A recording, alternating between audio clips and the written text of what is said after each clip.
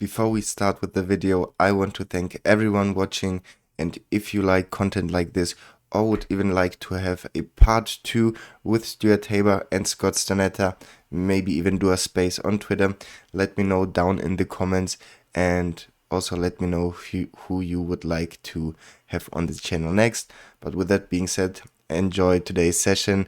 I know there is some technical errors, most of them are in the first part of the video, but there is gonna come more on that, so I hope you all are as excited as I am. Let's hop directly into it. Welcome everyone, my name is Noah, and today we will talk about something special, something that might be as significant as Scott Stornetta's and Stuart Haber's work on the blockchain 30 years ago.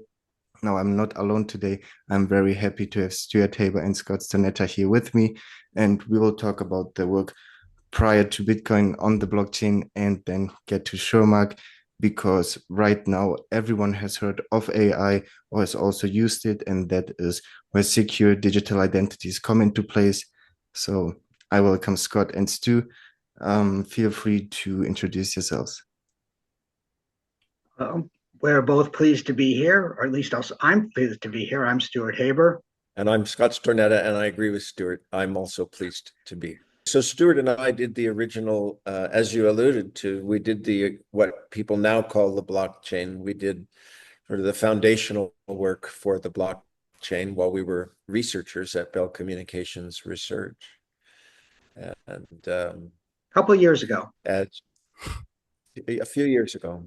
And as you alluded to, maybe after we talk a little bit about pre-Bitcoin days, there's something new under the sun that Stuart and I are working on, and happy to talk about that as well. What I always find astonishing is that you guys worked, as it now is called, the blockchain, I think 30 plus years ago, and I'm 23.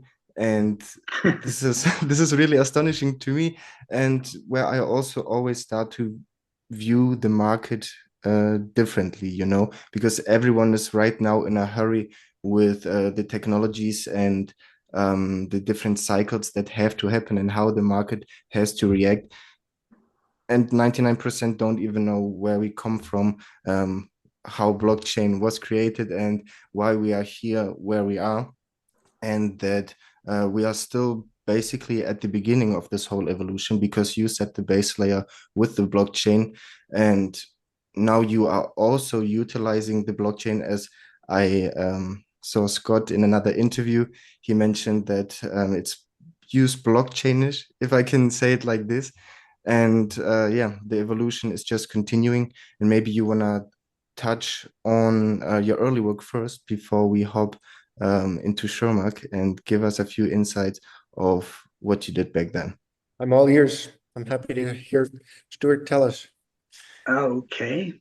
So the story begins in 1989 when I was a recent PhD. I'd working at my first job at Bellcore, as it was called, Bell Communications Research, a descendant of the legendary Bell Labs, the telephone-based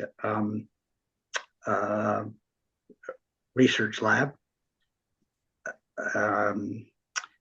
I had my degree in cryptography, and I was working as a young guy in cryptography. It was late spring, early summer of '89, and a newer, younger PhD named Scott Stornetta was on the job market. And when one is in the job market in such a place, you go around and talk to people. You talk to the old senior people or you see one or two of the younger folks, just to who you might have a good conversation with. Scott and I hit it off, and when he started work in September or October, beginning of the academic year, life in a lab like that still goes in academic years. So Scott arrived at the place and came down the hall, and introduced himself and said he'd recently been thinking about a problem that he thought might be hard to solve, might be easy to solve, but would be wonderful to solve if one could. And he was obsessed with it. And he thought it might use a solution could use cryptographic tools. Do you want to pick it up from there, Scott? Sure. So, in hindsight, I would describe the problem we were trying to solve as how to create an immutable record, meaning it's so easy to manipulate digital bits. How do you know that something was created when claimed and not altered since? Stuart alluded to my being a little bit obsessive, maybe a lot obsessive. And I always view these kinds of things in sort of apocalyptic terms, namely, if we don't have an accurate record of what takes place, how will we ever trust history, or for that matter, any record that any institution ever creates? And so, in my parochial mind, the fate of the world was at stake, and Stuart and I to solve the problem. And years later, Bitcoin emerged. Now we are here almost 30 years later. And you mentioned that that was one big problem you thought had to be solved. And after that, there was another problem that also had this big urgency to be solved. And could you let us know what that is? So I have recently, with the rise of AI and AI deepfakes, mechanisms that we employed successfully related to the blockchain, but to use a new mix of cryptographic tools to create what I would call unforgeable identities, something that would be very difficult for someone to create a bot, or for one person to seize control of another person's identity. And you mentioned the word blockchainish. And this system is not only designed to make use of the existing blockchains as a kind of universal ledger, but also to use some of the ideas that were key in developing the blockchain, but to use them in a new way so that they address the problem of unforgeable identity. I'm trying to stay low key because I notice that you see the Shermark digital background, and I would like to avoid this conversation sounding like a commercial sales pitch. So I'll just try to stick to the what's interesting technologically. Yeah, but feel free to say whatever you want. That's big portion of what I am looking forward to learn today, because I like your different openings on the topic. In a few interviews, you've mentioned the FBI, or the problem of a grandson calling the grandparents on the phone, which is in the end AI, but asking for money. And of course, both of you have thought about the problem from a bigger perspective. And what I was thinking then was, for example, the show my credential, if it's something over the phone or over the email or whatever, how is that in future gonna scale with the different use cases? I guess one thing I would say is, so the FBI here in the United States offers advice about how to make sure that you're talking to a member of your family as opposed to. So I'll let Scott describe.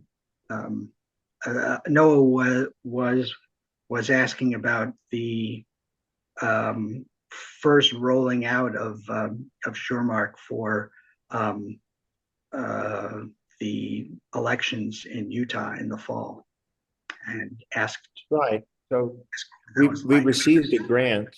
Shermark received a grant to protect political candidates in the November 2024 elections. And it was not just, we barely got the effort up in time for protecting against deepfake during the election, but it's an ongoing program where we're trying to create an ecosystem here in this smaller state where both the political candidates as well as the journalists that follow them, as well as even influential social media players, we can create a little miniature ecosystem where all of the interactions between the players are verifiable with Shermark credentials, both for, as an example, podcasts like this, but also for real-time communications and whatever content they want to attach their identity to. So that's what led us out to this pretty small landlocked state.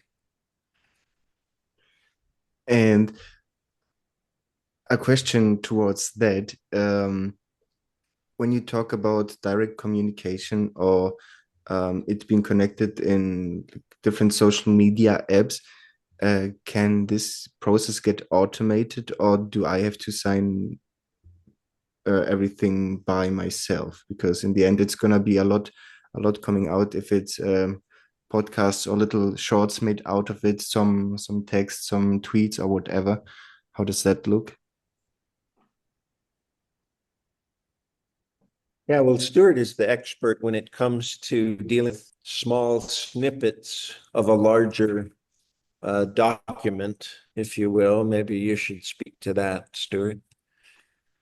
So our signature, our solution is digital signature based. That is based on public key uh, signing with with some with some tricks of careful key management so that our system can scale.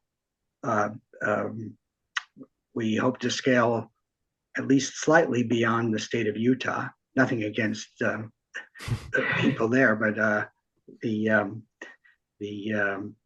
we hope to scale to a much larger um, um, set of users. Um, the um, Also, we want the each user's digital identity to be long-lived. That is, uh, I won't describe right now the technical details involved, but um, we are we are worried in designing this system, as we were already in 1989 and 90, about the building something that requires trust in as few things as possible, as few entities, as few pieces of software, as few pieces of hardware, as few statements of mathematical assumptions, cryptographic assumptions, as they're called in the literature, so that uh, algorithms, choices of algorithms can evolve, can change over time, and the system lives on.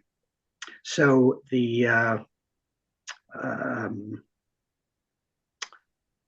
well, where did this start? Oh yeah, snippets. Sorry. Um, the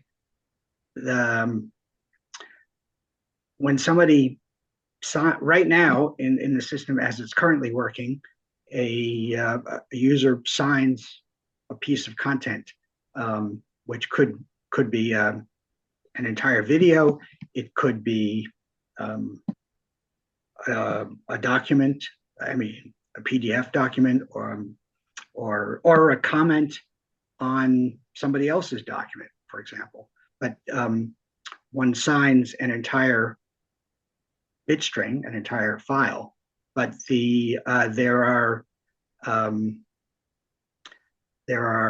ways of setting up the system so that a signature on an entire file can be appropriately from the file and the signature. One can appropriately and easily, conveniently, and unforgeably extract a signature of the same sort on an appropriately computed or extracted snippet.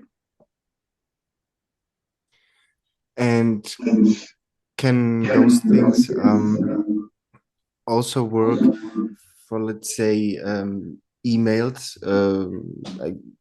against for, let's say, spam messages? Or what I thought about, if my email account gets hacked and somebody then writes a message to someone else, is there any way that could have played a role to prevent them from taking my identity, or that I sign my emails when sending them somehow with my key? Or is that something that's not gonna work? So we haven't. There is additional protection. Go ahead.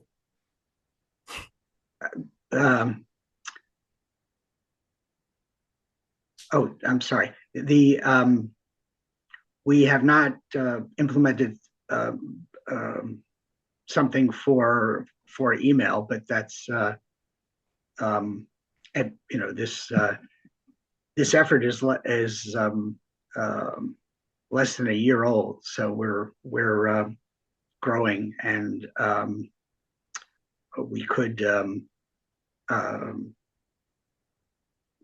address email later. That's still up. I can give you a.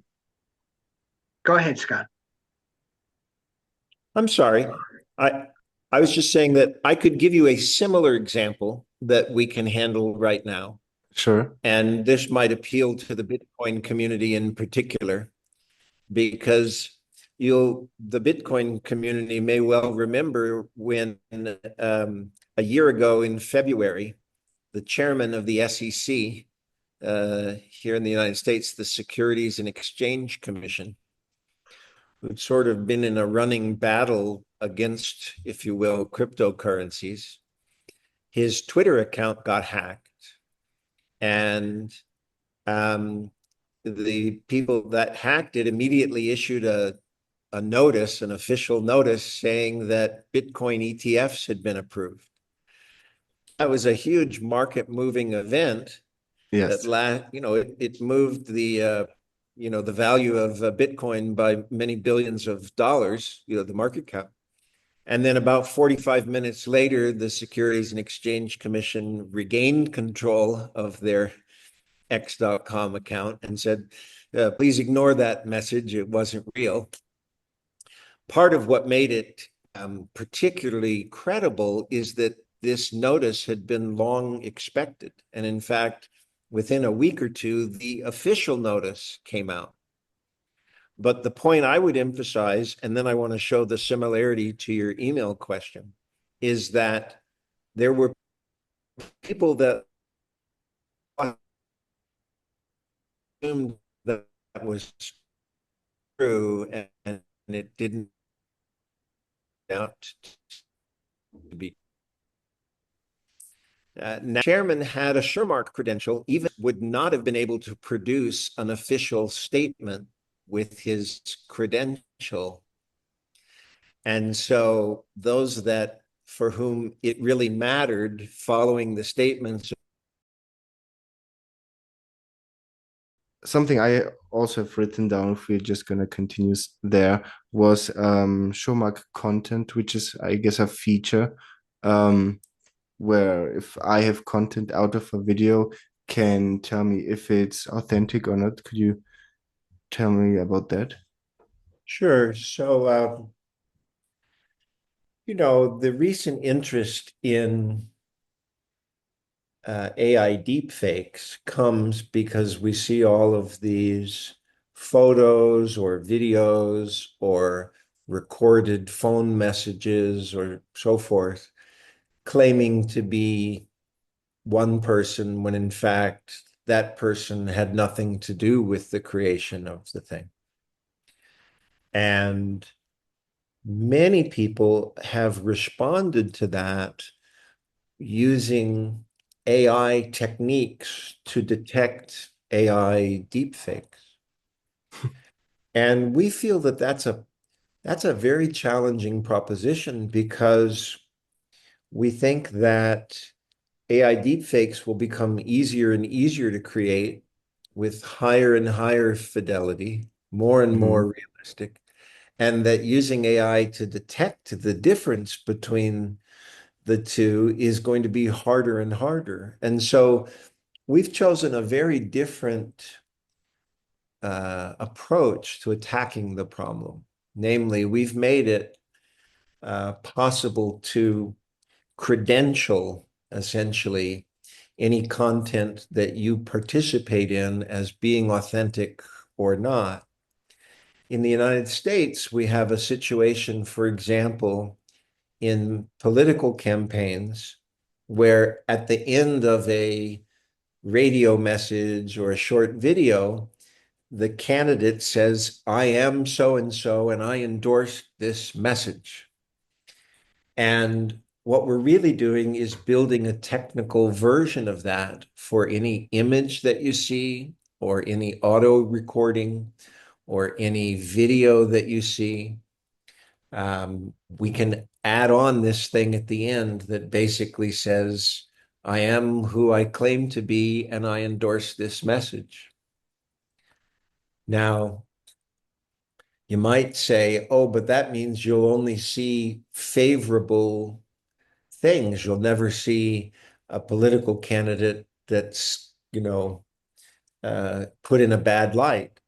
But the point to be made is if you're a journalist and you observe a candidate doing something, whether that's puts them in a favorable or an unfavorable light doesn't matter.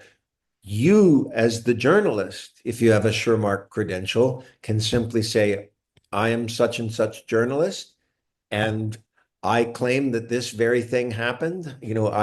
I take responsibility for what appears in this video. This is an honest video. And so it's really a question of always being able to trace the origin of a particular piece of content back to its source. Who's willing to take responsibility for this? Who says, what I saw, I saw. This was it. Or what I heard. This was it. So it's not just the high profile person in question that gets to dictate the truthfulness of something. It's anyone with a Shermark credential that's willing to say, I put my reputation on the line. This content is authentic. And then you can decide who, as a source, you think is trustworthy or not. We're not trying to say only good people can have a Shermark credential, or only people that hold a particular political view can have a Shermark credential. And so we're not trying to say whether what they're saying is correct or not. We're trying to make it easy for the viewer to trace it back to the source. And then they can decide how credible that source is or isn't. Is that helpful?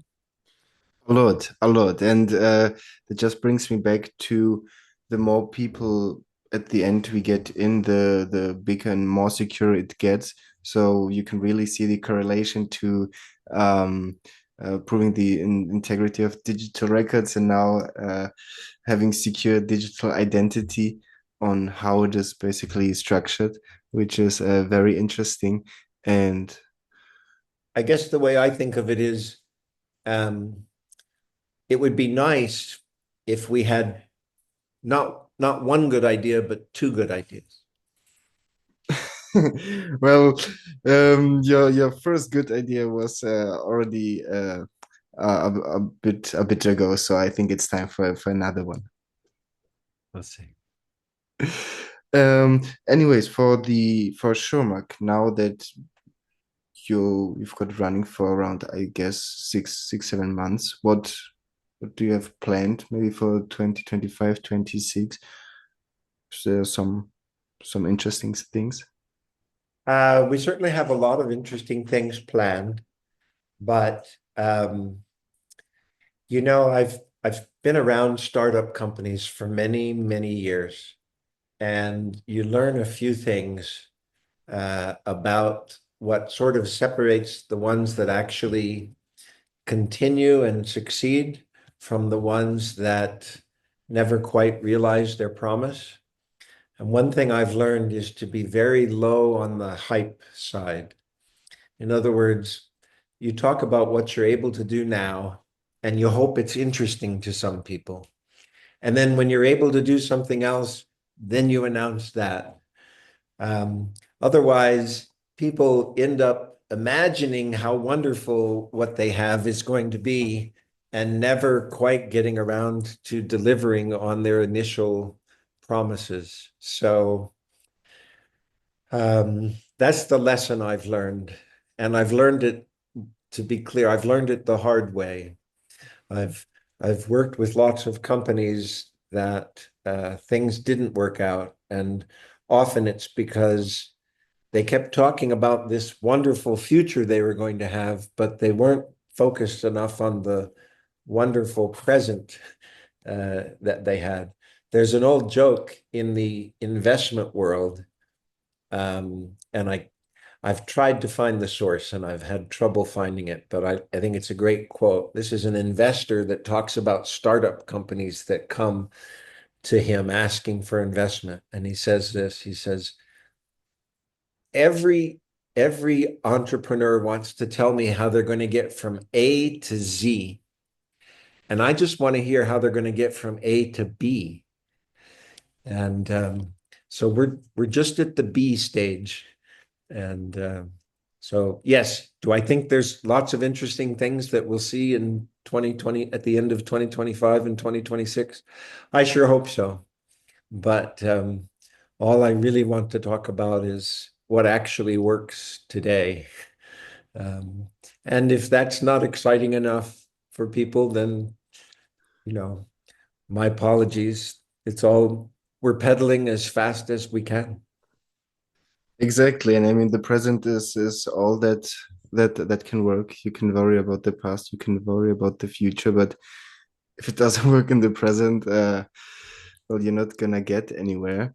And for me, it's just very interesting to learn about Shermark and the things you do, but now especially about Shermark because it's, as mentioned, relatively new, and there's pretty much maybe 10 videos out where it's been talked about Shermark and the securing the digital identities and the AI. So there's a lot more to come. And for me, it's not important, let's say, where are we in 3 years, but it's more important for me to understand where exactly we are going, because I guess there's a lot of people around not only talking about this project, but generally who don't really understand what this is about, right? And then they You want know, everything done in 2 months. So there is something that I would love to say about the long term that I don't think is hype. And that is, what we're really about is allowing you to assert your digital identity. And as more and more of our interaction is digitally mediated, I believe it will become more and more important for us to feel like we're in control of our identity. And we might be talking a lot about AI deepfakes today because it's such a hot topic. But I think the longer term is about how does everyone get to assert their identity and um, be able to avoid things that try to misrepresent them or invade their privacy or um, just sort of inappropriately make use of them. And that covers things that aren't just AI deepfakes, but it even includes things like, why do I have to get spam email? Okay. Why can't I assert my identity and say, if you have something, if you know me well and have something you want to discuss with me, that's fine. But if you're just sending out 100 million things and you don't know anything about me, the chances that it's of interest to me are very low. And you're you're using up my time purely for your potential benefit and not for mine. And I'd rather have more say about what comes to me and what occupies my time. And we think all of that is tied to being able to assert and be in control of your digital identity. So I think we can, again, I know it sounds trite because it's said so much, but we think in our way, we really can help to make the world a better place by giving them back control of their identity and what they want to allow and not allow. I really like that approach because it's not only about securing my identity, it's about building up my identity, Yes. throughout my life. Because some Yes. things next to identity that I have in mind, I grew up with technology, and in the early years, whether it be 10 or whatever, I already had photos, pictures on my phone, and later emails. And what I noticed is I lost some data. There's some spam emails, or there's pictures I lost because I never downloaded them completely. And next to the identity, data is a thing too. Have secure data, have your own data, and that's the thing with privacy that we have to build up to have your identity throughout your life and build it up, and not that it changes because of AI or because other Right. people. So a lot of people when they think about these concerns, they think about protecting themselves. But we talk about you want to both protect your identity, but you also want help to project your identity. And we think that, again, I don't want to give anything away for 26 or 27, but we think that it will be equally, if not more important, that you gain tools that help you project your identity. And those are some of the things we have in mind at Shermark. I want to be known for who I am, flaws and all, good things, maybe less good things. But on balance, I'm willing to take responsibility for who I am, and I want others to know who I am. And so I want both protections, but I'd also like to project who I am. Yeah, I think that's important. At the end, if it's authentic, if it's you, um, people are gonna start changing when when you are certain of things, or things someone does and puts out. Um, it's gonna change a lot from generally influencers to just people talking to each other. Yes. And I'm here for it. I know there's a lot of things you have in your mind you can't say or don't want to say, things you have planned in the future. I've just also talked with Stuart about, the vision in 1 or 2 years. But you both said it's a bit difficult to say because you have to work in the present and do what is possible. And I'm here for it now, especially in the future. I know you're talking to a lot of people. I know your time is well uh, valuable, and I really appreciate both of your time. But I'm always down for a live stream, for a AMA, or even on Twitter, or for some spaces to also get the word out about Shermark. So whenever you like, I'm always down to talk. All right. Well, I appreciate it. Again, I always enjoy talking to people that, in particular, are able to sort of grasp what the essence of the idea is and why it's important. Um, those are always fun conversations. So happy Yeah. to happy to do more in the future. All right, and that's already it. Now, I know some questions got chopped up or didn't get answered properly because of the technical errors we had. But with that being said, there will be more interviews and spaces coming up. If you have someone or something in particular you would like me to talk about, let me know. But with that being said, I hope you all stay safe, stay blessed, and have a great rest of your weekend. I will see you in the next one.